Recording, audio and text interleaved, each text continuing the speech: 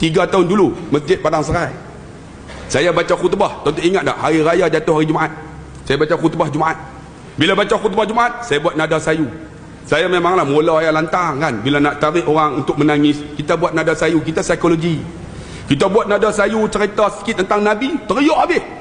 Orang lelaki ni tengok, susah nak teriak. Macam tuan-tuan lah. Bila teriak, dia buat tengok atas. Dia buat macam tu. Sebab apa?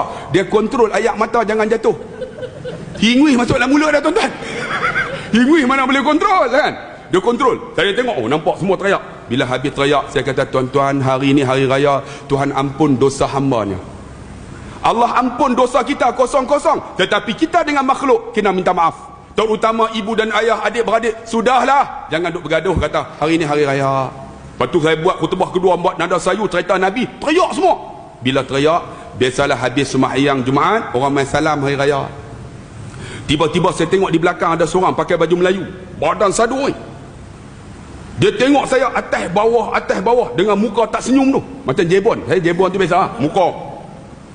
Saya duk tengok, dia ni macam nak main tumbuk aku ni. Saya pun genggam tangan, sedia untuk ditumbuk. Sebelum dia tumbuk, saya tumbuk dia dulu lah.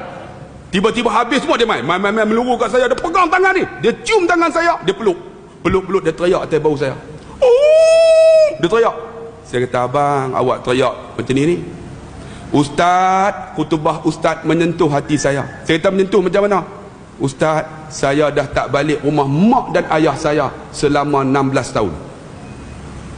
Bukan jauh bang, Padang Serai bang. Cerita tak bohong bang.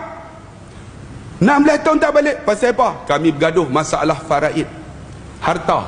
Simple ya, saya psikologi. Saya bisik kat telinga dia, abang, harta boleh cari bang, mak ayah tak ada ganti. Dia lagi teriak, dia angkat-angkat, hingwi penuh tebu aku.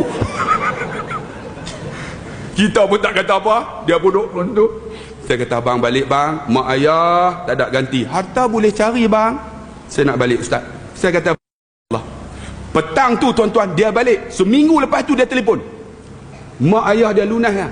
Ni cerita bukan rekaan, cerita betul. Dia balik tuan-tuan, dia parking. Rupanya 16 tahun tak balik. Mak ni duk tunggu lama dah. Siapa tak sayang anak, jangan bohong. Duk tunggu ya, bila takkan mak nak pergi rumah anak, betul tak? Mak ni, ayah ni ada ego juga. Jadi duk tunggu, hang anak takkanlah aku nak pergi jumpa hang.